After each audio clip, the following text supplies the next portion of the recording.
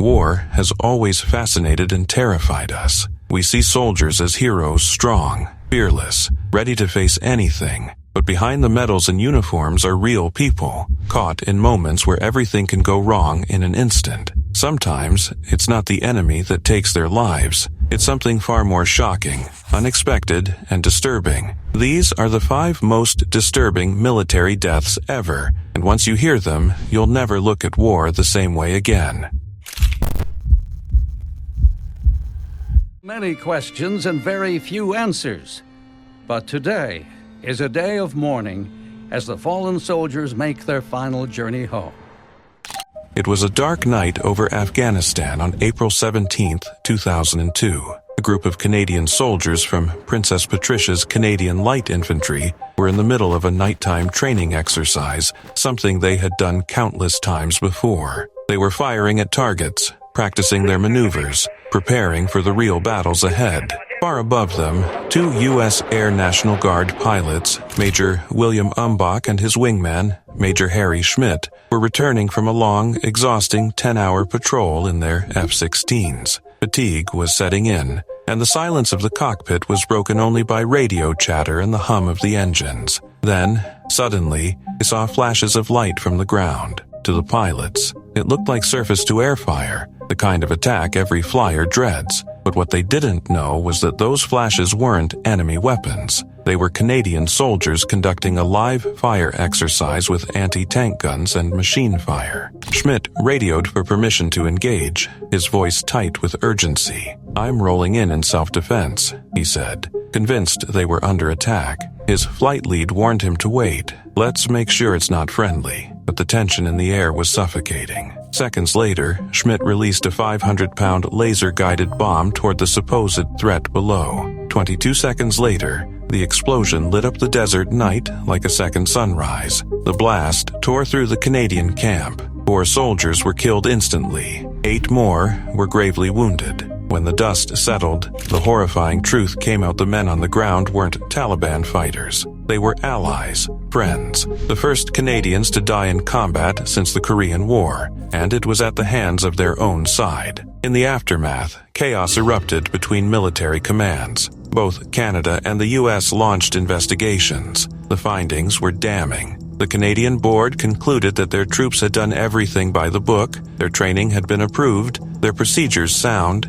The tragedy, they said, came from above. The U.S. pilots had broken protocol, ignored orders to hold fire, and acted on flawed assumptions. But the Canadians also pointed to failures in communication, planning, and coordination between Allied forces. Major Harry Schmidt later gave a long, emotional apology. But for the families back home, those words brought little comfort. Mothers like Claire Leger, Agatha Dyer, and Charlotte Smith, each later chosen as Silver Cross mothers to represent the grief of all military families, would stand in silence on Remembrance Day, holding the memories of sons who died not in enemy hands, but in the hands of their friends. Years later, the American pilots faced military discipline. Major Umbach was allowed to retire quietly, reprimanded for leadership failures. Major Schmidt, however, was found guilty of dereliction of duty. He was fined, officially reprimanded, and condemned by his superior, who wrote,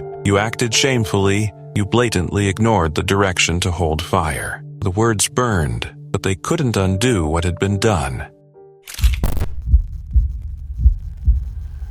We begin tonight with another alleged case of death by hazing, but this one is different. It didn't happen at a school, but in the United States Army, in the middle of a war zone.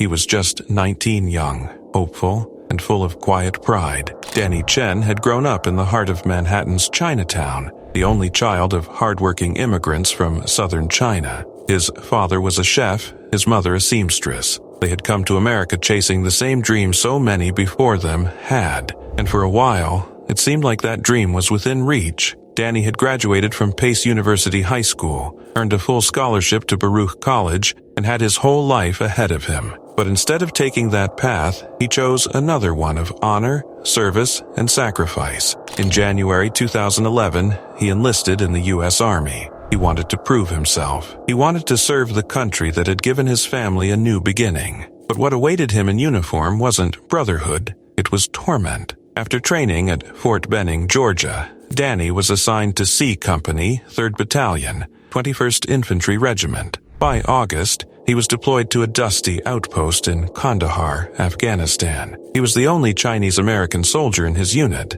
and that difference would soon make him a target. It began with words, cruel words. They called him names. They mocked the shape of his eyes, his accent, his heritage. When he made mistakes, they didn't correct him. They humiliated him. When he was tired, they worked him harder. And when he fell behind, they made him crawl through gravel until his skin tore open. Sometimes they threw rocks at him. Other times, they dragged him across the ground like a rag doll. Every day, the bullying escalated. He was supposed to be serving alongside brothers. Instead, he was surrounded by tormentors wearing the same uniform. One night, a sergeant dragged him out of bed and pulled him over 15 meters of gravel for forgetting to turn off a water heater. The incident left his back bruised and bleeding. His superiors saw it. They heard the racial slurs. They saw his pain, but no one stopped it. No one intervened. The abuse continued, 6 long weeks of cruelty that broke him piece by piece. He confided in one of his fellow soldiers that he couldn't take it anymore. "They treat me like a dog," he said. "Sometimes I just want to end it." And on October 3rd, 2011, that's exactly what he did. Inside his living quarters at the base in Kandahar, Private Danny Chen took his own life with his rifle. When they found him, it was too late. The boy, who had joined the army to serve his country, was gone not by enemy fire, but by the brutality of his own unit. When word reached his parents in New York, they were shattered. The Army's first explanation was vague, distant, almost cold. He died from a self-inflicted gunshot wound. No details, no answers, just silence. But as the truth began to unfold, it became something far darker than anyone had imagined. Investigators uncovered months of abuse, a pattern of racial taunting, physical punishment, and hazing that drove Danny to the breaking point. Soldiers admitted to forcing him to crawl on rocks while they threw stones at him, calling him slurs as he bled. On the very day he died, they had made him crawl over 100 meters of gravel while carrying heavy gear, mocking him every step of the way. The Army eventually charged 8 soldiers, superiors and peers alike. Their names became public, their crimes laid bare: assault, maltreatment, dereliction of duty, and negligence. The trials dragged on for months, revealing a toxic environment where racism and cruelty festered unchecked. Some received short jail terms, 30 days here, 6 months there. Others were demoted or discharged, but none of it felt like justice. On October 13th, 2011, under a gray New York sky, Danny was laid to rest in Valhalla Cemetery with full military honors. Staff Sergeant Ryan Masseth, an elite Green Beret soldier, died in Iraq last January.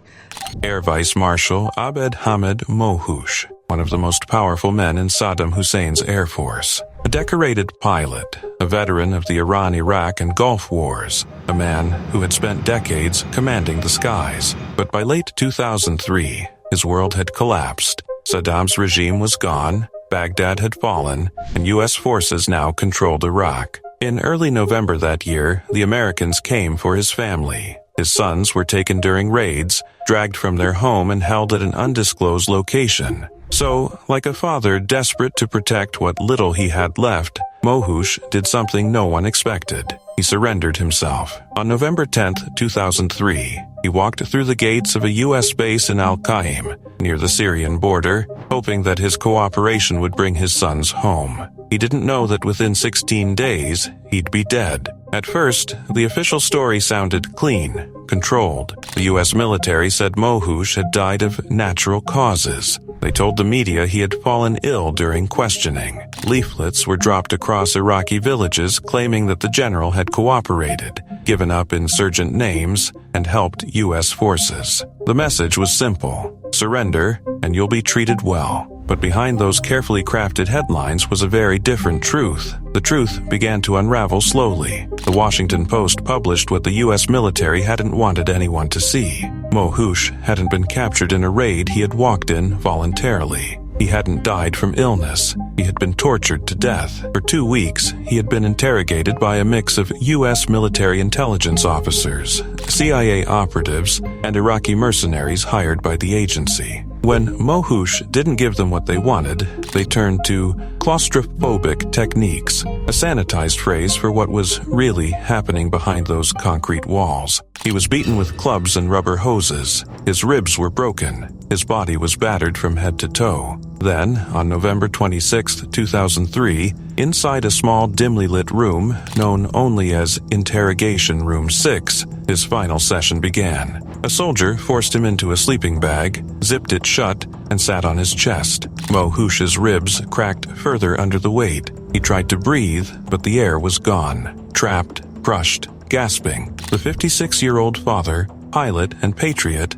suffocated to death on a concrete floor, not on a battlefield, but in a place where he was supposed to be a prisoner of war, protected by law. Hours later, a statement was issued. The detainee complained of feeling sick and lost consciousness. For months, that was the version the world was meant to believe. But the truth had a way of clawing its way out. When the Abu Ghraib scandal broke in 2004, hidden documents surfaced, autopsy reports, witness testimonies, and interrogation logs that told the real story. The cause of death, asphyxia due to smothering and chest compression. The body showed extensive blunt force trauma. By 2005, 4 soldiers were charged. Chief Warrant Officers Louis Welshofer Jr. and Jeff Williams, along with Sergeant First Class William Summer and Specialist Jerry Loper. They had all been there, part of the system that turned interrogation into torture. 2 days before his death, Mohush had already been beaten nearly unconscious by a CIA-sponsored group of Iraqi paramilitaries. They pummeled him with fists,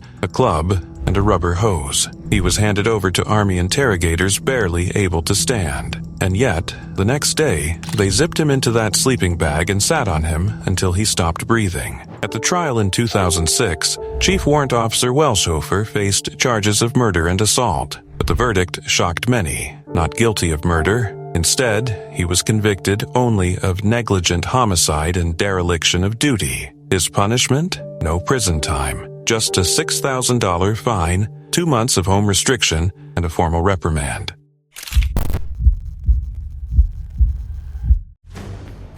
April 14th, 1994. An American F-15 patrol over the mountains of Iraq picks up an unexpected radar signature. It was April 14th, 1994. 2 U.S. Army Black Hawk helicopters flew low through the sky, carrying 26 people on a peacekeeping mission. On board were American soldiers, officers, aid workers, and Kurdish civilians. Their job was simple: to help protect refugees and keep the region safe after the Gulf War. Far above them, 2 U.S. Air Force F-15 fighter jets were patrolling the area. Their mission was to protect the skies from enemy aircraft. But that morning, something went terribly wrong. Due to a small technical error, the Blackhawks didn't appear as friendly on radar. When the F-15 pilots saw 2 helicopters flying below, they thought they were enemy aircraft, Iraqi Hinds, which were used by Saddam Hussein's forces. Without realizing the truth, one pilot fired a missile. Seconds later, the second jet followed. Both missiles hit their targets and the sky lit up with fire. The 2 Blackhawks exploded in midair, crashing into the mountains below. Every single person on board was killed instantly. It was only later that the horrifying truth came out. The F-15s had destroyed their own side's helicopters. At first, the U.S. military claimed it was an accident caused by confusion during a mission, but investigations revealed a series of shocking failures. Communication between the Army and Air Force had completely broken down. The AWACS plane that was supposed to track all aircraft in the area never warned the F-15s. The identification system that should have labeled the helicopters as friendly wasn't working properly. Every layer of safety that should have prevented the tragedy failed. The pilots, Captain Eric Wixon and Lieutenant Colonel Randy May, said they truly believed they were attacking enemy aircraft. From a distance, the Blackhawks looked like Hinds, and no one corrected them. On the radio, after the missiles hit, One of them said, "Stick a fork in them. They're done," not realizing those were their own people.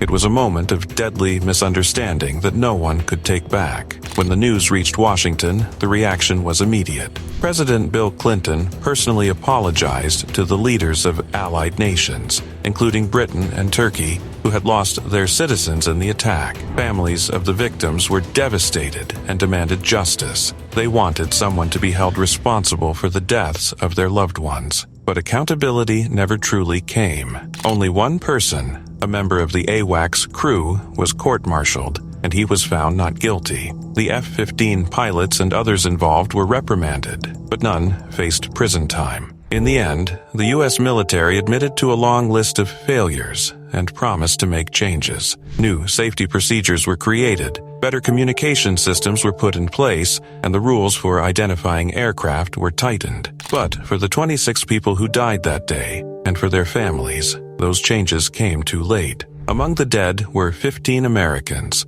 3 Turkish officers, 2 British officers, 1 French officer, and several Kurdish civilians. Each one had been part of a mission meant to save lives. Instead, their lives were lost to a tragic mistake made by their own side. In the rugged mountains of Zabul Province, Afghanistan, U.S. and Afghan forces had spent the entire day sweeping through the remote Gaza Valley, a place known for its harsh terrain and hidden dangers. They were there to secure the area ahead of Afghanistan's 2014 presidential elections. But as night fell, that mission turned into one of the most tragic and disturbing friendly fire incidents in modern U.S. military history. The team, a mix of U.S. Special Forces, infantry soldiers, and Afghan allies, had been exchanging sporadic fire with Taliban fighters throughout the day. By nightfall, they believed the worst was over. Then, as they began to pull back toward their extraction points, the mountains erupted in gunfire. The Taliban had returned, ambushing from the shadows. In the chaos, an air controller on the ground, exhausted, under pressure, and desperate to protect his team, called for close air support from above. High in the sky,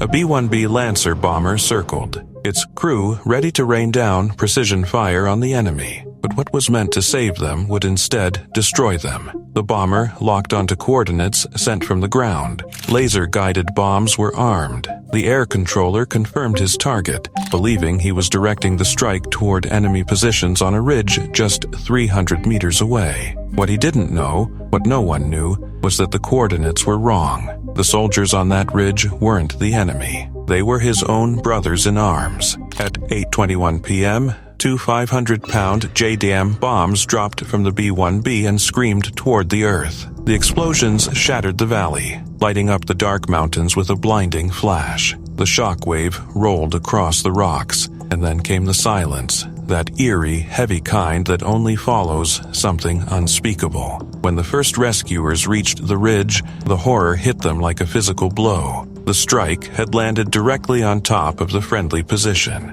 5 U.S. soldiers and 1 Afghan interpreter were gone, lives erased in an instant by their own side. Their gear was shredded, their positions unrecognizable. One soldier, Staff Sergeant Scott Studenmund, was still breathing when they found him. His team's medic, Brandon Branch, worked desperately under the flicker of firelight to save him, wrapping tourniquets, whispering reassurance, but it was too late. The young soldier took his final breath in the arms of a brother who couldn't believe what had just happened. Those killed that night were not ordinary men. They were among America's best. Staff Sergeant Jason McDonald, 28, a decorated Green Beret from Georgia. Specialist Justin Helton, 25, a bomb disposal expert from Ohio. Corporal Justin Klaus, 22, a tough infantryman from Washington. Private First Class Aaron Toppin, just 19, on his first deployment from Illinois, and Afghan soldier Sergeant Gulbuddin Saki,